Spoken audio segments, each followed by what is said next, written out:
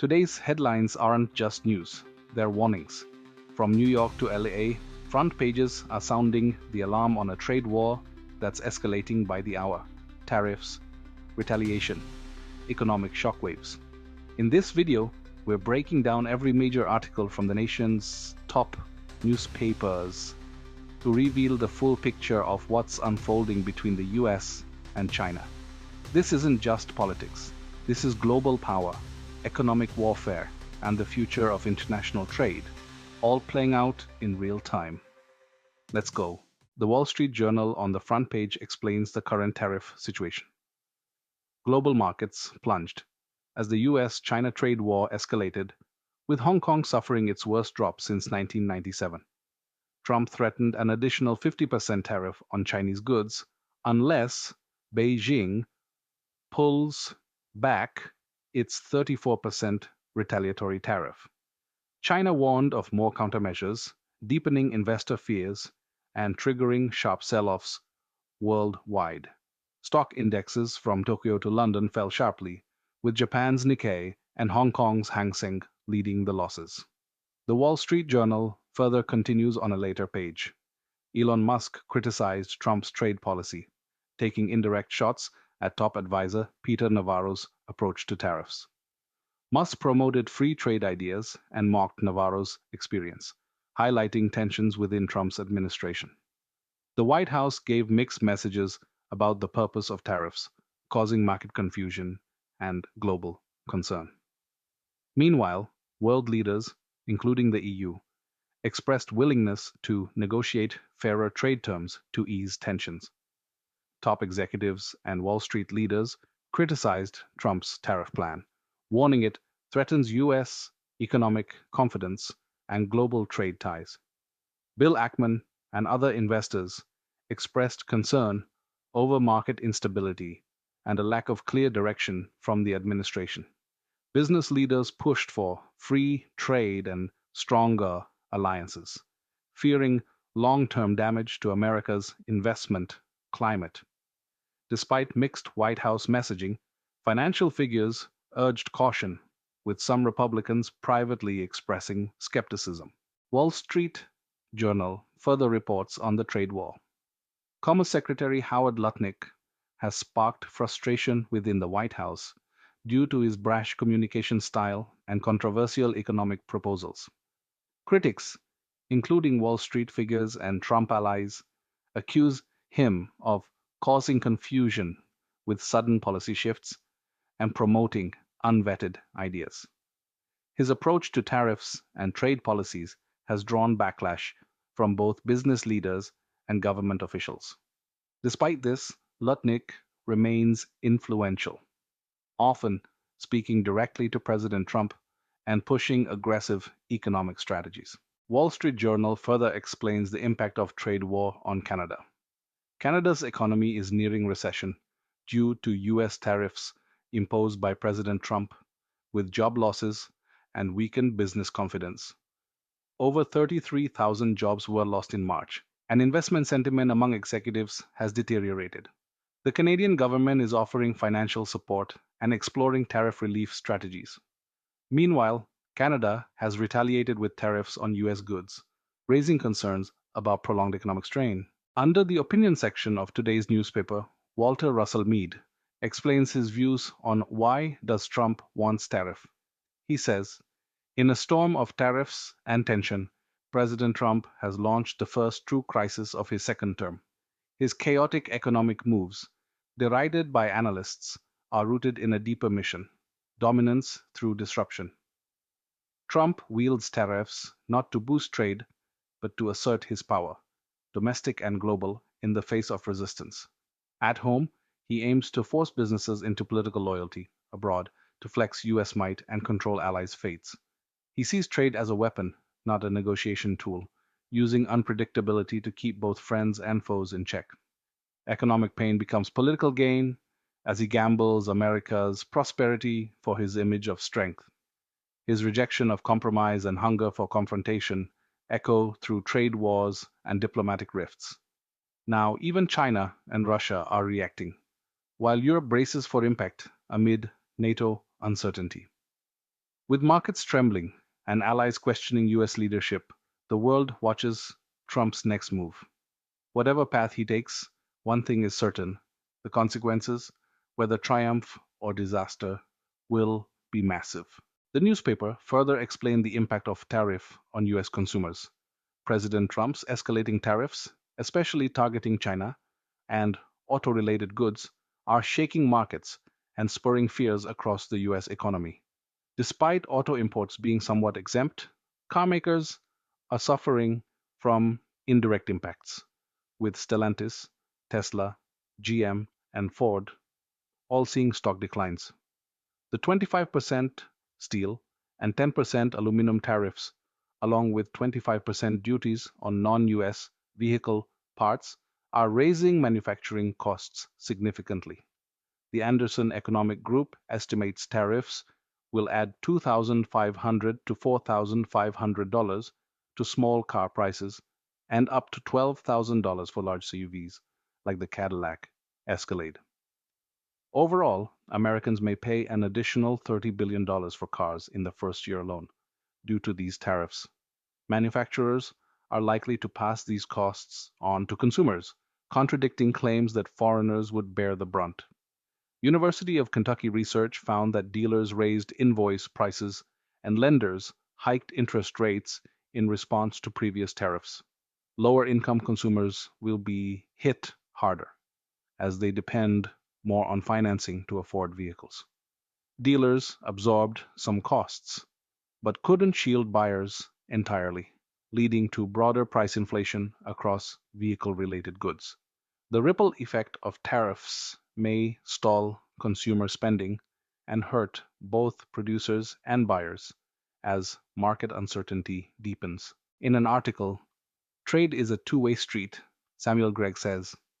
President Trump's tariffs are making it harder for US exporters to sell abroad by prompting other nations to retaliate with their own trade barriers. Historically, the US has benefited from open trade, with exports like soybeans, pharmaceuticals, and manufactured goods driving economic growth. Now, rising tariffs risk higher costs for US consumers and lower profits for American exporters. Companies may respond by cutting jobs or automating to maintain profit margins amid increased global competition. Experts warn that this protectionist strategy could backfire, undermining the very industries it claims to support. In the next article, Wall Street Journal reports Apple plans to shift more iPhone production to India to avoid the steep 54% US tariff on Chinese manufactured goods. The tariff could raise the cost of an iPhone 16 Pro by $300, prompting Apple to diversify its supply chain. Though India-made iPhones currently serve local markets, Apple may redirect them to the US to reduce impact. Analysts say moving full production to the US is impractical due to higher costs, despite political pressure. In a next article, Wall Street Journal reports, the article cautions that the current market upswing may be a short-lived sucker's rally before another drop. Fear indicators like the CBOE volatility index and sentiment surveys suggest investor anxiety is rising.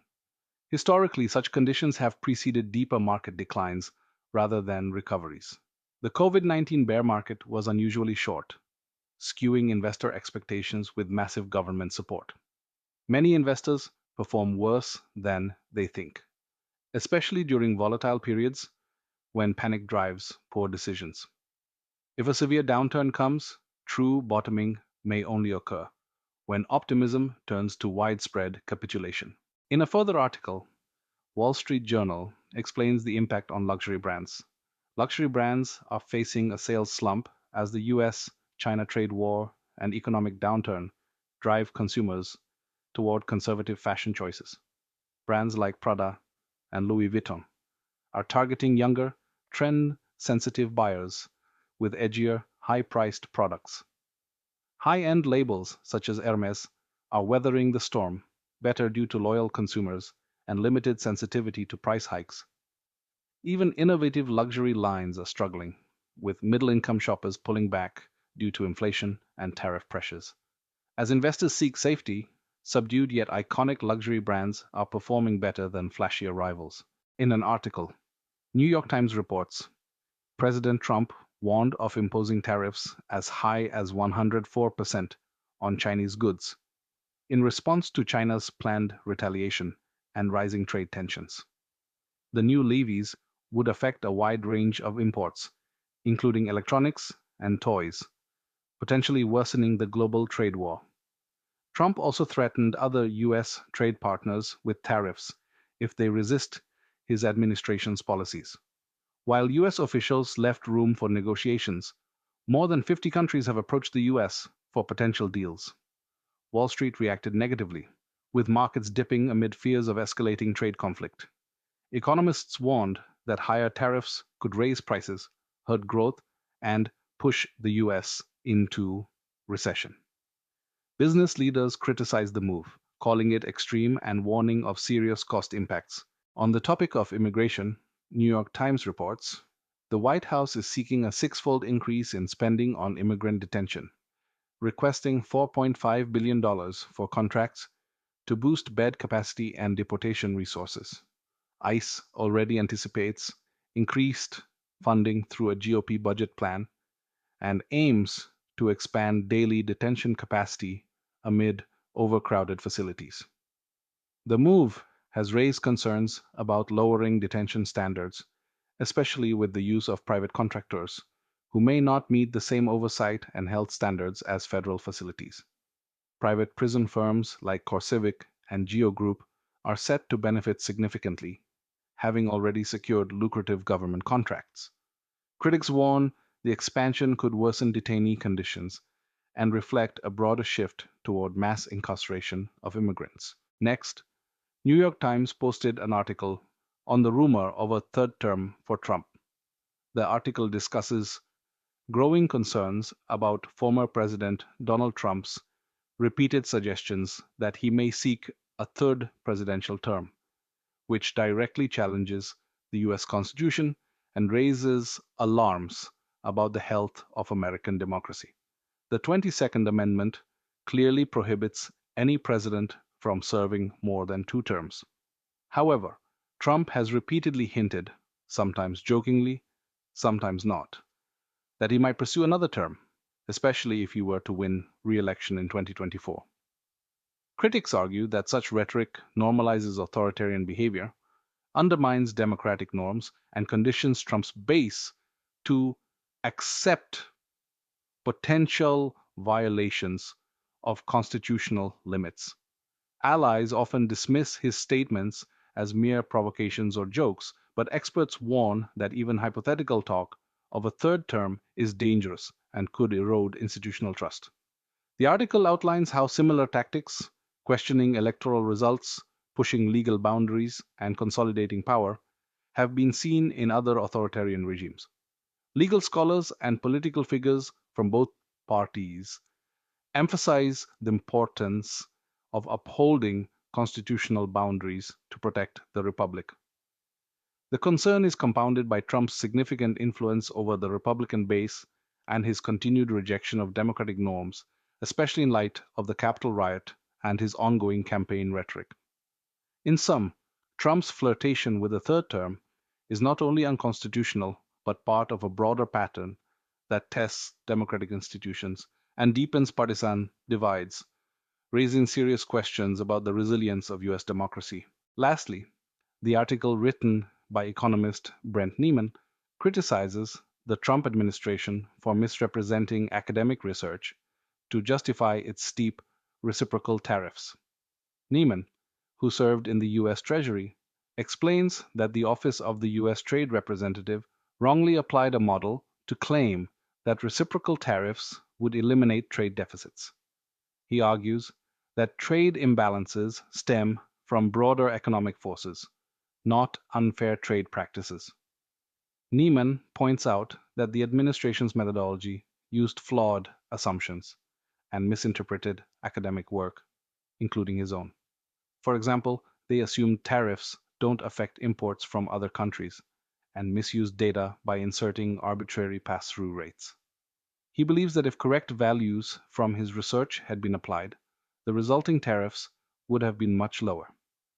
Ultimately, Neiman calls for the scrapping of the faulty policy and its justification, warning that the imposed tariffs risk harming global markets and distorting trade relationships rather than fixing them. So, that's all for today's news. If you found this summary helpful and want to stay informed without the overwhelm, consider subscribing. I break down the biggest stories from major newspapers every day. Quick, clear, and straight to the point. Hit that subscribe button so you never miss an update. Thank you for watching.